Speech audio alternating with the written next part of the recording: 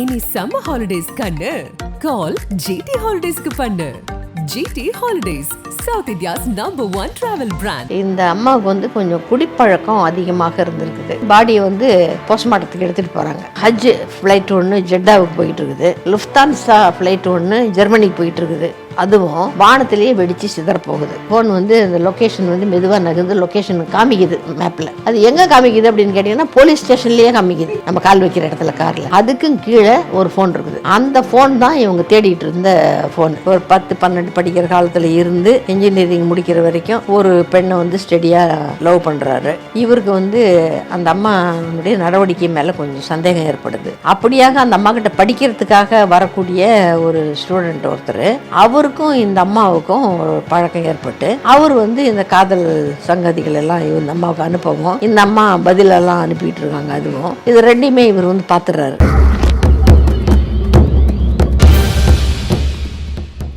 நக்கிரன் நேயர்களுக்கு வணக்கம். நான் விஜய் ஹரிஹரசுதன். தடயம் நிகழ்ச்சியில் ஒவ்வொரு வாரமும் தமிழகத்தின் முன்னாள் டிஜிபி திலகவதி மேம் இந்தியா மற்றும் தமிழகத்தில் நடந்த பல குற்ற சம்பவங்கள் பற்றி ஒவ்வொரு எபிசோட்லையும் பேசிட்டு வராங்க. இன்றைக்கும் அதே மாதிரி ஒரு சம்பவம் பற்றி தான் பேச போகிறோம். வணக்கம் மேடம். பல க்ரைம் ஸ்டோரிஸை இதில் பேசியிருக்கோம். அந்த வரிசையில் இன்றைக்கி நாம் பேச போகிற ஒரு வழக்கே தான். இந்த முறை கோகுல் மச்சேரி அப்படிங்கிற ஒரு இன்ஜினியர், மெக்கானிக்கல் இன்ஜினியரிங் அவர் படித்தவர்.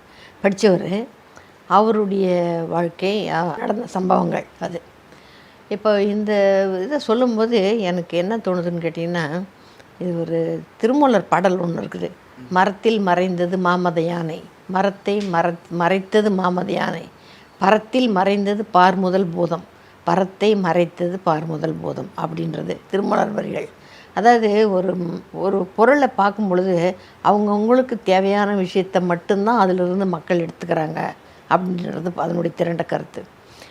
அந்த மாதிரியாக இப்போ இந்த விஷயத்தை நம்ம வந்து சொல்லும் பொழுது, இவருடைய வாழ்க்கையில் நடந்த சம்பவங்களை சொல்லும்போது அதை கேட்குறவங்களுக்கு நிறைய அதிலிருந்து படிச்சுக்கிறதுக்கு தெரிஞ்சுக்கிறதுக்கு விஷயம் இருக்குது அப்படின்னு எனக்கு தோணுச்சு. அதுதான் இப்போ வந்து 2 சம்பவங்கள், ரெண்டுமே வந்து பெங்களூரில் நடக்குது. மடிவாலா போலீஸ் ஸ்டேஷன் கேஸஸாக ஆகுது. அது அந்த கேஸுகள் அதுக்கும் கோகுல் மஞ்சேரிக்கும் இருக்கிற தொடர்பு, இதை பற்றி நம்ம பார்க்கலாம். இப்போ ஒரு 27/6/2015 அன்றைக்கி மடிவாலா போலீஸ் ஸ்டேஷனுக்கு ஒரு தகவல் வருது. அது என்னன்னு சொன்னாக்க, அங்கே பக்கத்தில் இருக்கக்கூடிய ஒரு அப்பார்ட்மெண்ட் காம்ப்ளெக்ஸு. அந்த காம்ப்ளெக்ஸில் ஒரு அம்மா வந்து ஆக்சிடென்டலாக இடிச்சுக்கிட்டு அங்கே இங்கே ரத்த காயமாகி விழுந்து ரத்தப்பெருக்கில் உயிர் பிரிஞ்சு போயிடுச்சு அப்படின்னு தகவல் வருது. வந்தாக்க அங்கே வந்து பார்த்தாக்கா அந்த அம்மாவனுடைய கணவர், அவர் தான் இந்த கோகுல் மச்சேரி. கோகுல் மச்சேரி வந்து ரொம்பவும் அழுதுகிட்டு இருக்காரு. ஒரு 2 வயசு ஆண் குழந்தை இருக்குது அவங்களுக்கு. அவருமே பெங்களூருக்கு குடி வந்து சில மாதங்கள் தான் இருக்குது. அந்த சமயத்தில் இந்த அம்மாவுக்கு வந்து கொஞ்சம் குடிப்பழக்கம் அதிகமாக இருந்திருக்குது.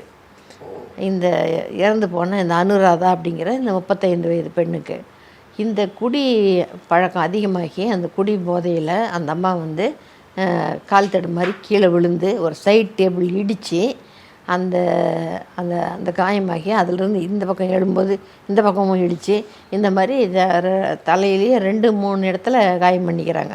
காயம் பண்ணிவிட்டு அந்த ரத்தப்பெருக்கில் தான் விழுந்து இவங்க இறந்து கிடக்குறாங்க. இவர் வந்து பார்க்குறாரு, காலையில் பார்த்தோன்னே அதிர்ச்சியாகி அழுறாரு. அப்புறம் அவங்க சொந்தக்காரங்களுக்கெல்லாம் சொல்கிறாரு. அவங்க மாமனார் டெல்லியில் இருக்கிறாரு. அவர் வந்து இவருடைய மாமனாரே வந்து ஒரு போலீஸ் ஆஃபீஸர் தான். அவர் ஒரு எஸ்பியாக இருந்து ரிட்டையர் ஆனவர். ஸோ அவருக்கெல்லாம் தகவல் சொல்கிறாரு. தகவல் சொன்னோன்னே இப்போ இது ஒரு விபத்தினால் ஏற்பட்ட மரணன்றதுனால போலீஸ் வந்தாகணும் அப்படின்னு அப்பார்ட்மெண்ட்டில் சொல்லிடுறாங்க. உடனே மடிவாலா போலீஸ் ஸ்டேஷனுக்கு தகவல் போகுது. அங்கேருந்து காவல்துறையினர் வர்றாங்க, விசாரிக்காச்சாக்கா இந்த கோகுல் மஞ்சேரி அப்படின்றவர் வந்து ரொம்ப நல்ல மாதிரியான மனிதர், அவர் உண்டு, அவர் வேலை உண்டுன்னு இருக்கிறவர். அதனால் அவர் மேலே எந்த விதமான சந்தேகமும் கிடையாது.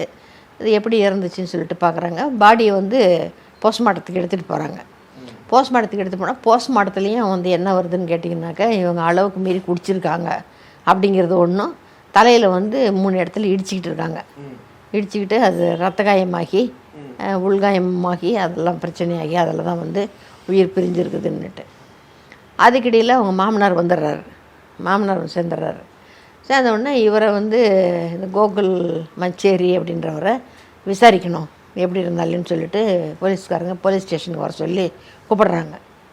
கூப்பிட்டாக்கா அவங்க மாமனார் என்ன சொல்கிறாரு, நானே ஒரு போலீஸ் ஆஃபீஸர் தான், ரெண்டாவது எனக்கு வந்து என்னுடைய மாப்பிள்ளையை பற்றி நல்லா தெரியும், என் பொண்ணை விடவே எனக்கு என் மாப்பிள்ளை மேலே தான் வந்து ரொம்ப மரியாதையும் அன்பும் அதிகம், அவரை வந்து விசாரிக்கணும்னு நான் நினைக்கல, ஒன்றும் விசாரிக்க வேண்டிய தேவையே இருக்காது, அதனால் இது அவருக்கு தனியாக கூட்டிகிட்டு போகிறதெல்லாம் வந்து தேவையில்லாதது. அதை பார்த்தாலே தெரியுது அதிகமாக குடிச்சிருக்கா, அப்புறம் ரத்த காயம் வர்ற மாதிரி போய் இடிச்சிக்கிட்டு இருக்கா, அதில் தான் காலமாயிட்டுருக்கிறா, இவ்வளோதான், அது விட்டுருங்க அப்படின்றாங்க. ஸோ அந்த விஷயம் வந்து அதோடு போயிடுது. மடிவாலா ஸ்டேஷன்லேயும் இந்த மாதிரி தலையில் இடிச்சிக்கிட்டதுனால காயமாகி அந்த விபத்தில் இறந்து விட்டார் அப்படின்னு அவங்க கேஸ் முடிச்சிடுறாங்க. இது நடந்து சில வாரங்கள் கழித்து, அதாவது இந்த சம்பவம் நடக்கிறது வந்து 27/6/2015, 5/9/2015, நடுவில் சில வாரங்கள் தான் போயிருக்கோம். 5/9 அன்றைக்கி இரவு 1:20 அங்கே வந்து இருக்கக்கூடிய ஏர்போர்ட், அதுக்கு வந்து கெம்பேகவுடா ஏர்போர்ட்டுன்னு பேர், இன்டர்நேஷ்னல் ஏர்போர்ட் இது. ஸோ அந்த ஏர்போர்ட் டெர்மினல் மேனேஜராக சுப்ரீத் அப்படின்னு ஒருத்தர் இருக்கார், சுப்ரீத் கோட்டியான் அப்படின்றவர் இருக்கார். அவருக்கு ஒரு ஃபோன் வருது. அந்த ஃபோனில் வந்து என்ன தகவல் சொல்கிறாங்கன்னா, ஏர் ஃப்ரான்ஸு பாரிஸுக்கு போய்கிட்டு இருக்குது, அதுவும் ஹஜ் ஃப்ளைட் ஒன்று ஜெட்டாவுக்கு போய்கிட்டு இருக்குது, அதுவும் லுஃப்தான்ஸா ஃப்ளைட் ஒன்று ஜெர்மனிக்கு போய்கிட்டு இருக்குது, அதுவும் வானத்திலேயே வெடித்து சிதறப்போகுது. இதை வந்து செஞ்சவங்க யாருன்னு கேட்டிங்கனாக்கா ஐஎஸ்ஐஎஸ்ன்னு சொல்லக்கூடிய அந்த முஸ்லீம் தீவிரவாதிகள் தான் இதை வந்து செஞ்சுருக்காங்க அப்படின்னு ஒரு தகவல். இந்த தகவல் இந்த பெங்களூர் கெம்பகவுடா போலீஸ் ஏர்போர்ட்டுக்கு வர்றதுக்கு அதே சமயத்தில் டெல்லி ஏர்போர்ட்டுக்கும் ஒரு தகவல் போகுது. அந்த டெல்லி ஏர்போர்ட்டில் என்ன சொல்கிறாங்கன்னா, ஜெட் ஏர்வேஸ் ஹாங்காங்குக்கு போகிற ஜெட் ஏர்வேஸும், கேத்தே பசிபிக் அதுவும் ஹாங்காங்கு தான் போகுது, அதுவும் ஸ்விஸ் ஏர் ஜூரிச்சுக்கு போகுது. அது இந்த 3மே வந்து வெடித்து சிதறப்போகுது. கொஞ்ச நேரத்தில் வந்து வானத்தில் வான வேடிக்கைகள் நடக்க போகுது, அதை பார்க்கறதுக்கு தயாராக இருங்க. இதை செஞ்சவங்க வந்து ஐஎஸ்ஐஎஸ் ஆட்கள் தான். அவங்கள பிடிக்கிறதுக்கு உங்களால் ஒரு பொழுதும் முடியாது. இன்றைக்கி இல்லை, நாளைக்கு வந்து ஏர்போர்ட் கார்கோவில் வந்து பாம்பு வச்சுருக்காங்க. அது பாம்பு வச்ச எங்களுடைய ஆட்களை உங்களால் பிடிக்கவே முடியாது, அந்த பாம்பையாவது உங்களால் கண்டுபிடிக்க முடியுதா, முயற்சி பண்ணி பாருங்கள் ஆன்னு போட்டு அல்லா அப்படின்னு மட்டும் போட்டு ஒரு செய்தி வருது. இதே வந்து வாட்ஸ்அப்பாகவும் வருது. ஸோ இதை பார்த்த உடனே அந்த ஏர்போர்ட்டில் இருக்கக்கூடிய பாதுகாப்புக்கான அதிகாரிகள் வந்து ரொம்ப பதட்டமாயிடுறாங்க. ஏன்னா எல்லா ஃப்ளைட்டும் புக் ஆகி இருக்குது, ஃப்ளைட்டு டேக் ஆஃப் ஆகிற நேரம் நெருங்கிடுச்சு, உள்ளெல்லாம் வந்து மக்கள் உட்காந்துருக்காங்க, டிக்கெட் கொடுத்து வாங்கினவங்க, என்ன பண்ணுறதுன்னு தெரியல. ஸோ அவசரமாக என்ன பண்ணுறாங்க, அந்த ஃப்ளைட்டெல்லாம் கேன்சல் ஆகிடுச்சின்னு சொல்லிட்டு அனௌன்ஸ் பண்ணி ஃப்ளைட்டில் இறங்கினவங்களை எல்லாத்தையும் இறக்கி விட்டு, அதுக்கப்புறம் அந்த ஃப்ளைட்டை வந்து ஆள் இல்லாத ஒரு இடத்துக்கு ஓட்டிகிட்டு போய் இவங்களுடைய ஆட்களை வச்சு, அந்த வெடிகுண்டு தேடுறவங்களாம் இருப்பாங்கள்ல அவங்கள வச்சு, அந்த நிபுணர்கள் வச்சு அந்த ஃப்ளைட் எல்லாத்தையும் செக் பண்ணுறாங்க. இதுக்கிடையில் இந்த எல்லாம் கேன்சல் ஆகி இதெல்லாம் பண்ணதில் வேறு அவங்களுக்கு பொருளாதார இழப்பு வேறு கிட்டத்தட்ட 7 கோடி ரூபாய்க்கான இழப்பாயிடுது. அதை பற்றி பரவாயில்ல, இவங்களுடைய பயணிகளுடைய பாதுகாப்பு தான் முக்கியம் அப்படின்றது தான் நோக்கம். அந்த நோக்கத்தை மனசில் வச்சுக்கிட்டு தேடுறாங்க. இது வந்து கார்கோவிலையும் சரி, இவங்க சொன்ன இந்த ஃப்ளைட்டுங்கள்லேயும் சரி, எந்த ஃப்ளைட்லேயுமே எந்த விதமான அசம்பாவிதமும் நடக்கவும் இல்லை. ஏற்கனவே புறப்பட்டுவிட்ட ஃப்ளைட்டில் அசம்பாவிதம் எதுவும் நடக்கலை, அந்த வானத்திலேயே வெடிக்கும், அதெல்லாம் ஒன்றும் நடக்கலை. இங்கேருந்து புறப்பட தயாராக இருந்த ஃப்ளைட்டுகளை கேன்சல் பண்ணிட்டாங்க. அது முழுசும் தேடினாங்க, அதுலேயும் கிடைக்கல. அப்படின்னாக்கா இது வந்து ஒரு ஃபேக் கால், இது யார் கொடுத்தது, ஏன் கொடுத்தாங்க அப்படின்னு நம்ம கண்டுபிடிக்கணும் அப்படின்னு சொல்லிட்டு அதை தேடுறதுக்கான நிபுணர்களை வச்சு லொக்கேட் பண்ணுறாங்க. அதை லொக்கேட் பண்ணால் ஒரு சிம்மு, அந்த எந்த சிம்மிலேருந்து இந்த செய்தி வந்திருக்குதுன்னு அப்படின்னு பார்த்தாக்கா அந்த சிம் நம்பர் கிடைக்கிது. அந்த சிம் வந்து யார் வாங்கியிருக்காங்க, யார் பேரில் அந்த சிம் இருக்குது அப்படின்றத அடுத்து விசாரிக்கிறாங்க. இதுக்கிடையில் வந்து இந்த கெம்பேகவுடா ஏர்போர்ட்டுக்கு வந்து டெல்லியிலேருந்து இவங்க சென்ட்ரல் இன்வெஸ்டிகேஷன் ஏஜென்சி அந்த நபர்கள் வந்துடுறாங்க. அண்ட் ஆன்டி டெரரிஸ்ட் ஸ்குவாட் இருக்குமே அந்த நிபுணர்கள் வந்துடுறாங்க. ஸோ எல்லாருமா சேர்ந்து இதை தேடுறாங்க. பெங்களூர் போலீஸும் அதில் சேர்ந்துக்கிறாங்க. ஸோ எல்லாருமே சேர்ந்து தேடி இந்த இது கண்டுபிடிச்சி சிம் நம்பர் கண்டுபிடிச்சி அது யார் பேரில் வாங்கியிருக்காங்கன்னு பார்த்தீங்கன்னாக்கா சாஜு ஜோஸ் அப்படின்னு ஒருத்தர் பேரில் வாங்கியிருக்காங்க. அவர் ஒரு மலையாளி அப்படின்றது மட்டும் இவங்களுக்கு தெரியுது. அதுக்கப்புறமேல அந்த சிம் வந்து எந்த இடத்துல இப்போ இருக்குது அப்படின்றத ஆராய்ச்சி பண்ணுறாங்க. அப்படி பண்ணும்பொழுது அது அந்த மடிவாலான்ற ஏரியாவில் தான் இருக்குது. பெரும்பாலான மலையாளிஸ் அந்த இடத்துல தான் இருக்கிறாங்க. சரி, உடனே அந்த இடத்த தேடி போகிறாங்க. அந்த இடத்த தேடி போய் அந்த லொக்கேஷனை வந்து அந்த பாயிண்டில் போய் இது பண்ணி இறங்குறாங்க. இறங்கினாக்கா அது வந்து ஒரு அப்பார்ட்மெண்ட்டில் இருக்கக்கூடிய ஒரு வீடு, ஹெச்எஸ்ஆர் லே அவுட்டுன்னு சொல்லிட்டு ஒரு ஏரியா. அந்த ஏரியாவில் Fern Hill apartments, Fern Hill garden apartment அப்படின்னு ஒன்று இருக்குது. அந்த அப்பார்ட்மெண்ட்டு தான் காமிக்குது. சரி, அந்த அப்பார்ட்மெண்ட்டில் போய் இவங்க காலிங் பெல் அடிக்கிறாங்க. ஒருத்தர் கதவை திறக்கிறாரு. வந்து நாங்கள் போலீஸ் விசாரிக்கிறதுக்கு வந்திருக்கோம், நீங்கள் யாருன்னு. நான் தான் சாஜு ஜோஸ் அப்படின்றார். அப்போ அவங்க தேடுற ஆள் இவர் தான். ஆனால் இவர் பார்த்தா ரொம்ப சாதுவாக இருக்கிறாரு. எல்லாம் சரி ரைட்டு, இதெல்லாம் நிறைய பார்த்தாச்சு, நம்ப முடியாதுன்னு சொல்லிட்டு அவரை வந்து விசாரிக்கிறாங்க. அவரை வந்து விசாரித்து நீங்கள் வந்து இந்த நம்பர் உள்ள ஃபோன் ஒன்று வச்சுருக்கீங்களா? இல்லைங்களா, என் ஃபோன் அது கிடையாது, நான் வேறு ஃபோன் வச்சுருக்கேன் அப்படின்னு சொல்லிட்டு அவர் வேறு ஒரு ஃபோன் யூஸ் பண்ணுற ஃபோன் ஒன்று வச்சுருக்காரு. அந்த நம்பர் காட்டுறாரு. அந்த நம்பர் என்னதே இல்லை அப்படின்னு. இல்லை, நீங்கள் இந்த சிம்மில் பேசியிருக்கீங்க, நீங்கள் வந்து ஏர்போர்ட்டுக்கு பேசியிருக்கீங்க. இல்லை, நீங்கள் பேசுனதே இல்லை, நான் பேசுனதே இல்லை அப்படின்னுறாரு. அப்புறம் அந்த ஃபோன் எங்கே வச்சுருக்கீங்க, நீங்கள் இன்னொரு ஃபோன் உங்கள்கிட்ட இருக்கணுமே, அந்த ஃபோன் எங்கே வச்சுருக்கீங்கன்னு. அப்படி ஒரு ஃபோனே என்கிட்ட இல்லைங்க சார் அப்படின்றாரு. ஸோ எப்படி விசாரித்தாலும் சரியாக ரைட் லெஃப்ட் அண்ட் சென்டர் எனக்கு அந்த விஷயமே எதுவுமே தெரியாதுங்க. உங்கள் ஏர்போர்ட்டுக்கு என்ன கால் வந்துச்சு, யார் பண்ணாங்க, எனக்கு அதெல்லாம் தெரியாது. நீங்கள் சொல்கிற சிம்மை நான் எடுக்கவும் இல்லை, அப்படியான ஃபோனும் என்கிட்ட எதுவும் கிடையாது அப்படின்றாரு. இவங்க வந்து 3 ஏஜென்சி போயிருக்காங்க இல்லையா, அந்த 3 பேருமே வெவ்வேறு விதமாக விசாரித்து பார்க்குறாங்க. அவர்கிட்ட இருந்து இதே பதில் தான் வருது. அப்படியே இப்போ இதுக்கு மேலே எங்கன்னா பண்ணுறதுன்னு தெரியல போலீஸ் ஆஃபீஸர்ஸுக்கு. அப்படி இருக்கும்போது அந்த வீட்டை தேடிக்கிட்டு இருக்காங்க பார்த்தீங்களா, வீட்டுக்கு உள்ளார போய் ரூமாக தேடுறாங்க ஒரு டீம். அந்த டீமில் இருந்து என்ன சொல்கிறாங்க, சார் ஒரு முக்கியமான பொருள் கிடச்சிருக்கு. என்ன அது அப்படின்னு கேட்டிங்கனாக்கா, ஒரு குத்துவாள் மாதிரி ஒரு கத்தி. அதுக்கப்புறமேல இந்த முகத்தில் வந்து மூச்சு விடுறதுக்கான துளை மட்டும் இருக்கும், மிச்சமெல்லாம் அப்படி வழுக்கு தலை மாதிரியாக தெரியறப்பில் ஒரு முகமுடி ஒன்று இருக்கும், சுத்தமாக ஆளே தெரியாத மாதிரி. ஸோ அந்த மாதிரி ஒரு முகமுடி ஒன்று இருக்குது. அப்புறம் கை உறைகள் இருக்குது. கூட வந்து இந்த இஸ்லாமிய தீவிரவாத நோட்டீஸுகள் சிலது இருக்குது. இதெல்லாம் இருக்குதுன்னு. அப்போ இதெல்லாம் எப்படி வந்திருக்கோம், இவர் எல்லாத்தையுமே மறுக்கிறாரு. இதெல்லாம் எப்படி வந்திருக்கோம், அதனால் சந்தேகத்துக்குரிய ஆள் இவர் தான் அப்படின்ட்டு அவங்களுக்கு தோணுது. ஸோ இவரை நீங்கள் வந்து யுவர்ன்ற அரெஸ்ட்டு, உங்களை அரெஸ்ட் பண்ண போகிறோம் அப்படின்றாங்க. அவர் மறுபடியும் பழையபடிக்கு அதே தான் சொல்கிறார், சார் இதெல்லாம் எப்படி எங்கள் வீட்டுக்கு வந்துச்சுன்னு தெரியலன்னு. அவருடைய மனைவி கூப்பிட்டு கேட்குறாங்க. கேட்ட உடனே, நான் பார்த்துருக்கேன், இங்கே தான் இருந்துச்சு, நான் ஒரு தடவை ஏதோ ட்ரெஸ் எடுக்கிறதுக்கு தேடும் பொழுது பார்த்தேன் இருந்துச்சு, என்னத்துக்கோ தெரியல வாங்கிட்டு வந்து வச்சுருக்கீங்கன்னு நினச்சேன், கேட்கணுன்னு கேட்காம விட்டேன் அப்படின்னு அவருடைய மனைவி சொல்கிறாங்க. இந்த விஷயம் இவங்க பேசிகிட்டு இருக்கும் பொழுது அந்த சைபர் கிரைம்லேருந்து கூப்பிட்றாங்க இங்கே இருக்கிற அதிகாரிகளை. கூப்பிட்டு அவங்க என்ன சொல்கிறாங்க, சார் அந்த சாஜு ஜோஸ் அப்படின்றவன் உண்மையான குற்றவாளி, அவன்தான், அவனை விட்டுறாதீங்க. ஏன்னு கேட்டாக்க இப்போ தான் நாங்கள் பார்க்குறோம், அவருடைய முகநூலில் இருந்து அவர் வந்து நிறைய தீவிரவாத கருத்துக்களையும் அந்த இஸ்லாமிய தீவிரவாத அமைப்புகளோட சில காலமாகவே பரிமாறிக்கிட்டு இருந்திருக்கிறாரு, எக்ஸ்சேஞ்ச் பண்ணிகிட்டு இருந்திருக்கிறாரு. அதெல்லாம் வந்து அவருடைய ஃபேஸ்புக் அக்கௌண்ட்டில் இருக்குது. அந்த சாஜு ஜோஸ் அப்படின்ற ஒரு பேரால் தான் இருக்குது அந்த அக்கௌண்ட்டு.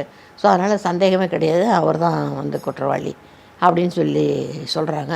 சரி, இந்த சாஜு ஜோஸை கூட்டிகிட்டு வர்றாங்க விசாரிக்கிறதுக்கு. இப்போ என்ன ஒரே ஒரு ஹிச் அப்படின்னு கேட்டிங்கன்னா, அந்த ஃபோன் வந்து கிடைக்கல. இவ்வளோ தகவல் தான் இருந்தது, ஃபோன் கிடைக்கல. அந்த இவரை கூட்டிகிட்டு வந்துடுறாங்க. கூட்டிகிட்டு வந்த உடனே இந்த மாதிரி கணவரை பிடிச்சிட்டு போயிட்டாங்கன்ற செய்தி தெரிஞ்ச உடனே அவருடைய மனைவி வந்து அவங்க வேலை பார்க்கறதுக்கு போயிருக்காங்கல்ல, அந்த இடத்துல இருந்து அந்த அம்மா உளுந்தடிச்சிக்கிட்டு போலீஸ் ஸ்டேஷனுக்கு ஓடி வருது. வந்தாக்கா இந்த போலீஸ் அதிகாரிகளுக்கு ஒரு அதிர்ச்சியான விஷயம் என்னென்னா, அவ்வளோ நேரம் வரைக்கும் அந்த ஃபோன் எங்கே இருக்குது அப்படின்றத லொக்கேட் பண்ணுறதுக்கு ட்ரை பண்ணிக்கிட்டே இருக்காங்க அந்த லொக்கேஷனை. இப்போ தான் வந்து அந்த ஃபோன் வந்து அந்த லொக்கேஷன் வந்து மெதுவாக நகர்ந்து லொக்கேஷன் காமிக்குது மேப்பில். அது எங்கே காமிக்குது அப்படின்னு கேட்டிங்கன்னா போலீஸ் ஸ்டேஷன்லேயே காமிக்குது. இது என்ன எப்படி வந்து ஃபோனே வந்து போலீஸ் இவ்வளோ நேரம் தேடிக்கிட்டு இருந்தோமே இப்போ வந்துருக்குது, அது போலீஸ் ஸ்டேஷனுக்கே வந்துருக்குதுன்றாங்க. இது எப்படி அப்படின்னு சொல்லிட்டு அவங்க பார்க்கும்போது தான் போலீஸ் ஸ்டேஷனுக்கு புதுசாக வந்தது யார் அப்படின்னா ஜோஸுடைய மனைவி தான். அந்த அம்மா ஒரு காரில் வந்துக்கிறாங்க. உடனே அந்த காரை சர்ச் பண்ணுறாங்க. அந்த காரை சர்ச் பண்ணாக்க ஒரு ஃபோன் வந்து இந்த கார்பெட் இருக்கும் இல்லைங்களா, கீழே ஷீட் மாதிரி போட்டிருக்கோம்ல நம்ம கால் வைக்கிற இடத்துல காரில், அதுக்கும் கீழே ஒரு ஃபோன் இருக்குது. அந்த ஃபோன் தான் இவங்க தேடிகிட்டு இருந்த ஃபோனு. இப்போ அந்த ஃபோன் எப்படி அங்கே போச்சு அப்படின்றது ரொம்ப குழப்பமாக இருக்குது. இப்போ ஃபோன் கிடச்சிருச்சு. ஃபோன் கிடச்சதுக்கு பின்னால் அடுத்த பாயிண்ட் என்னன்னு கேட்டிங்கன்னா, அந்த ஃபோனுக்கு வந்து வைஃபை இல்லை அதில். ஸோ வைஃபை எங்கே இருக்குது அப்படின்னு சொல்லிட்டு தேடிக்கிட்டு போகிறாங்க. வைஃபை தேடிக்கிட்டே போகும்போது என்ன ஆகுதுன்னு கேட்டிங்கன்னா, அது வந்து இந்த சாஜு ஜோஸுடைய வீட்டில் இல்லை வைஃபை கனெக்ஷனு. அது அங்கே அதே காம்ப்ளெக்ஸில் அந்த அப்பார்ட்மெண்ட்டில், அந்த ஃபர்ன் ஹில் கார்டன் அப்பார்ட்மெண்ட்டில் வேறு ஒரு வீட்டில் இருக்குது அந்த வைஃபை கனெக்ஷனு. இது யார் வீடு இது அப்படின்னு சொல்லிட்டு போய் பார்த்தா தான் அங்கே வந்து ஒரு யங் மேன் இருக்கிறாரு. அவர் தான் வந்து கோகுல் மச்சேரி. சரி, அப்புறம் அந்த கோகுல் மச்சேரியை கூப்பிட்டு விசாரிக்கிறாங்க. எப்படி உங்கள் வீட்டில் இந்த இது வந்திருக்கு, இது வைஃபை யார் கொண்டு வந்து வச்சது, உங்கள்கிட்ட கேட்டுட்டு வச்சார் அவர், ஏன் அவங்க வீட்டில் வச்சிக்கல அப்படின்றதெல்லாம் இந்த கோகுல் மச்சேரியை கேட்குறாங்க. கேட்டாக்க இவர் சொல்கிற பதில்கள் வந்து அவங்களுக்கு அவ்வளோ திருப்தியாக இல்லை. அப்படின்ன உடனே ஸ்டேஷனுக்கு கூட்டிகிட்டு போயிடுறாங்க. ஸ்டேஷனுக்கு கூட்டிகிட்டு போய் அந்த ஸ்டேஷனில் வச்சு கண்டினியூஸாக இந்த ஏஜென்சிஸ் எல்லாம் சேர்ந்து அவர்கிட்ட வந்து ஒரு 10 மணி நேரம் விசாரிக்கிறாங்க. அந்த கோகுல் மச்சேரி கிட்ட விசாரிக்கிறாங்க. அவர் பேசிக்கலி ஒரு மெக்கானிக்கல் இன்ஜினியர், அவர் அவ்வளோதான். அதுக்கப்புறமேல் தான் அவர் வந்து பேச ஆரம்பிக்கிறார். பேச ஆரம்பிக்கும்போது என்ன சொல்கிறாருன்னா, அவங்க அப்பா பேர் கோபகுமார். அவர் வந்து திருச்சூர் சேர்ந்தவர். ஸோ திருச்சூர்லேயே பள்ளிக்கல்வி, கல்லூரி எல்லாமே அங்கே தான் வந்து படிக்கிறாரு. அவர் படிச்சுக்கிட்டு இருக்கும் பொழுது ஒரு பள்ளிக்கூடத்தில் ஒரு 10-12 படிக்கிற காலத்தில் இருந்து இன்ஜினியரிங் முடிக்கிற வரைக்கும் ஒரு பெண்ணை வந்து ஸ்டடியாக லவ் பண்ணுறாரு. பட் அதுக்கப்புறம் அவங்க வீட்டில் வந்து என்ன சொல்லிடுறாங்க, அந்த பெண் வீட்டில் வந்து அவங்க வந்து கிறிஸ்டியன்ஸு, அதனால் இவரை வந்து கல்யாணம் பண்ணிக்க முடியாது, ஜாதியும் வேறையாக இருக்குது, மதமும் வேறையாக இருக்குது, அதனால் அது கல்யாணம் சரி வராது அப்படின்னு சொல்லிடுறாங்க பெண் வீட்டில். ஸோ அதனால் இவருக்கு கொஞ்சம் மனசு கஷ்டம்தான். திருப்பி அந்த ஊரில் இருக்கவே பிடிக்கல. அதனால் இவர் வந்து டெல்லிக்கு வந்துடுறாரு. டெல்லிக்கு வந்துட்டு டெல்லியில் இண்டஸ் நெட்வொர்க் அப்படின்ற ஒரு கம்பெனியில் சேர்ந்து அதில் வந்து வேலை பார்த்துக்கிட்டு இருக்கிறாரு. அப்படியே வேலை பார்த்துக்கிட்டே இருக்கும் பொழுது ஃபேஸ்புக் மூலமாக அனுராதான்னு சொல்லிட்டு ஒரு ப்ரொஃபஸர் அம்மா ஒருத்தருங்க, அந்த அம்மா வந்து இவருக்கு பழக்கமாகுது. அந்த அம்மாவுடைய அப்பா தான் வந்து ஒரு போலீஸ் ஆஃபீஸர் அவர். சரி, அப்புறம் 2 பேரும் லிவ் இன் டுகெதர் மாதிரியான ஒரு அரேஞ்ச்மெண்ட்டில் கொஞ்ச நாள் இருக்காங்க. அப்புறம் அவங்க வீட்டில் எல்லாம் சொல்லி, இவங்க வீட்டில் சொல்லி, அப்படி வேண்டாம், அது வந்து கல்யாணம் பண்ணிக்கிறது பெட்டராக இருக்கும்னு சொல்லிவிட்டு கல்யாணம் 2 பேருக்கும் ஆகுது. கல்யாணம் நடந்து முடிஞ்ச கையோட வந்து ஒரு வருஷம் சுமாராக நல்லபடியாக வாழ்ந்துட்டுருக்காங்க. அதுக்கப்புறம் பார்த்திங்கனாக்கா 2 பேருக்கும் அடிக்கடி சண்டை வர ஆரம்பிக்குது. இவருக்கு வந்து அந்த அம்மாவுடைய நடவடிக்கை மேலே கொஞ்சம் சந்தேகம் ஏற்படுது. அந்த அம்மாவுடைய ஃபோனை வந்து ஒரு நாள் எடுத்து பார்க்குறாரு. பார்த்தாக்கா அதில் வந்து ஒரே லவ் மெசேஜஸாக இருக்குது.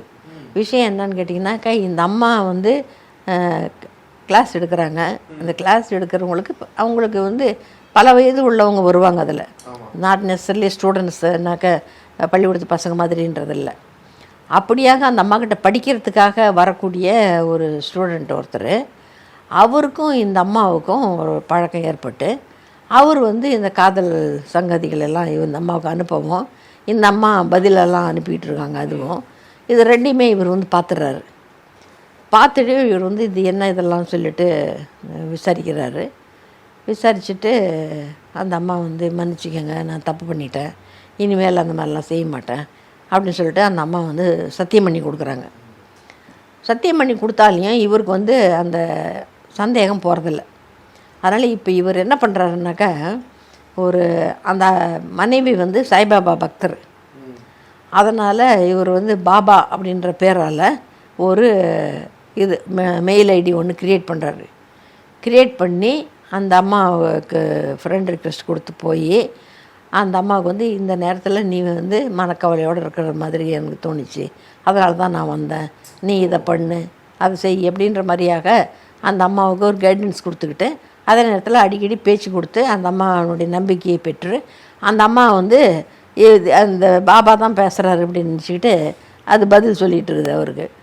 சொல்லிவிட்டு இந்த மாதிரி என்னால் வந்து அவனை மறக்க முடியல, அவங்ககிட்ட அதாவது இது எப்படின்னே தெரியல எனக்கு, என்னால் இவரையும் விடவும் முடியல, கணவரையும் விட முடியல, அதே நேரத்தில் அவனுடைய காதலையும் மறக்க முடியல, அப்படி இருக்குது எனக்கு அப்படின்ற மாதிரியெல்லாம் அவன் அந்த தகவலெல்லாம் கொடுக்குது இது.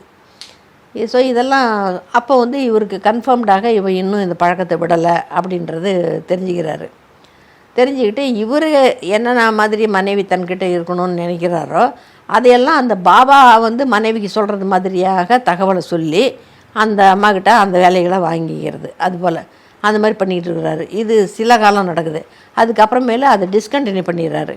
அதை டிஸ்கண்டினியூ பண்ணிவிட்டு இந்த மனைவிக்கு வந்து நக்கீரன் டிவிக்கு சப்ஸ்கிரைப் செய்யுங்கள். உங்கள் ஆதரவே எங்கள் பலம். ஆசிரியர்களுக்கு நண்பனாகவும் மாணவர்களுக்கு ஆசானாகவும் திகழும் தேர்வு வழிகாட்டி. ஒவ்வொரு பாடத்திற்கும் அனுபவமிக்க ஆசிரியர்களின் துல்லியமான தெளிவான விடைகள். CNC இருக்கு, தேர்வு பயம் எதற்கு? இது தீரன் பப்ளிஷிங் ஹவுஸ் விற்பனை வெளியீடு.